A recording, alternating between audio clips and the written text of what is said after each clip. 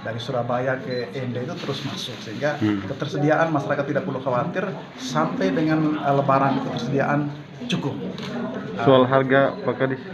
Harga memang kalau dibandingkan dengan bulan Februari itu dengan Februari Maret sebelum kita terjadi COVID dengan pada saat COVID memang terjadi kenaikan. Tetapi di April kita dari 2 April sampai ke sekarang itu selalu harga itu stabil, maksudnya stabil dalam posisi yang angka yang sudah terjadi kenaikan. Misalnya contoh seperti gula. Gula itu memang terjadi kelangkaan itu secara nasional karena kita untuk gula dan bawang putih itu ketersediaan dalam negeri itu tidak mencukupi dan harus ditutup dengan impor.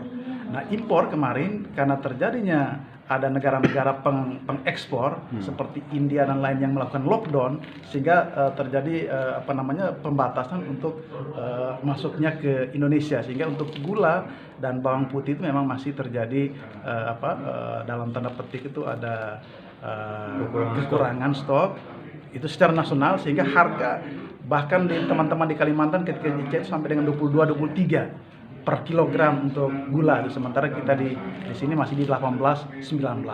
Kami sudah melakukan koordinasi dengan menulis surat kepada ada satu perusahaan di Makassar yang ditugaskan pemerintah untuk melakukan katakan untuk stabilisasi harga untuk Indonesia Timur untuk membantu kita dalam kaitan dengan gula. Nah, perusahaan itu tidak ada di Ende dan kita sudah bersurat ke Makassar. Harapannya nanti mereka bisa menyalurkan gula yang mungkin dengan harga yang sesuai ketentuan pemerintah itu melalui distributor yang ada di Ende, terutama distributor kita di Benteng. Itu surat kita sudah lakukan dari minggu lalu.